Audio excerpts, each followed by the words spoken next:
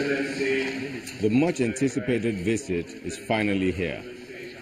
President Muhammadu Buhari in Benue State to meet with the people eager for a solution to the problem of violence between herdsmen and farmers, which has plagued the state. Also here are the Ministers of Agriculture, Information and Defense, the National Security Advisor, and other top government officials. With the stage set, the people here are not going to let this opportunity slip by without venting their feelings, mostly against the Inspector General of Police. As I was coming to Government House, this woman is saddened by the heavy presence of security personnel over the visit of the president. She rather wishes they were around when the violence was at its peak.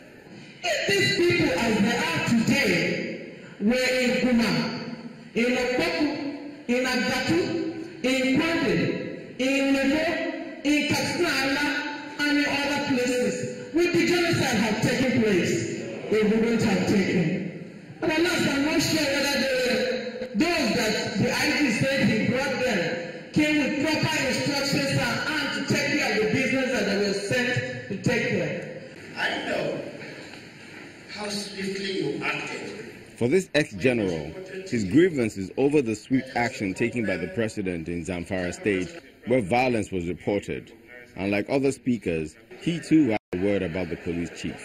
When it was reported to you that there was a problem of cattle rustlers in Zamfara State, you adorned yourself with a smart military uniform, full general, and the field marshal, and you went there and swiftly took action to quell them. Your Excellency, your IG did not do the work of sending. For Governor Samuel Otom, the question on his mind is what will be done to regain villages lost to armed herdsmen. No one dare go back to these villages that have been displaced. These herdsmen have taken over these villages. They are occupying them. The food stock, the farm produce of our people have become feeds for their cattle. It is very, very painful.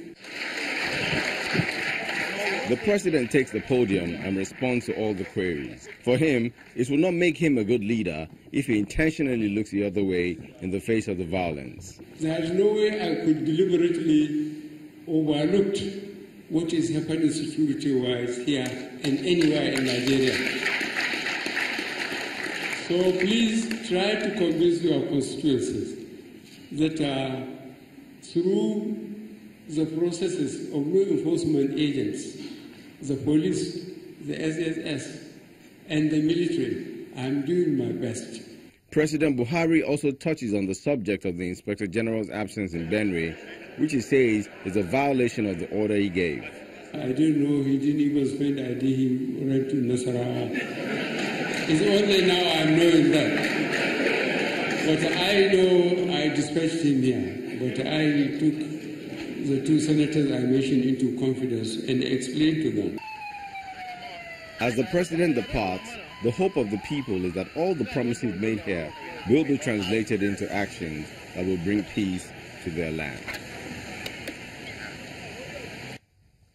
So there you go. Some very frank talk took place yesterday in that meeting that the president attended. But, those are wondering, so what will the big next step, or what will the next step be now for the president, having known that the IGP, in his word, defied as he flouted his order? Let's get to Abuja and see if we could get some questions to these, some answers to these questions. Mark, bye. Well, thank you, Chamberlain. Joining us in our studios right now is Mr. Femi Adesina, who is Special Advisor, Media and Publicity to the President. You're welcome to Sunrise Daily. Yes. Thank you. Good morning. Good morning. How did you find, I presume you were on the tour with the President yesterday to Benue. My cap shows it. Did you buy there? Just wondering. Well, what did you make of the engagement that took place with the people of Benue yesterday? It was frank. It was factual, it was brotherly, devoid of recriminations or bitterness. It was a very good meeting. Very, very good. It was a good meeting? Yes. But they poured out their pain to the president. Naturally, they have to. If they didn't, they would not be doing themselves any good. They had to. How did the president react to that? Did he feel that he had failed the people of Benue? Because he hasn't failed them, he couldn't have felt then that he had failed. He hasn't failed. In fact, if you look at the governor's speech, which I have here, he said the president responded swiftly when the event happened. So how could he have failed? I'm just listening to some of the respondents there, because we were not there. We have to make do with the report that our correspondent has put together. When you listen to some of the comments that came through, I mean, listen to the woman who said, coming in here, you know, I'm seeing plenty of security.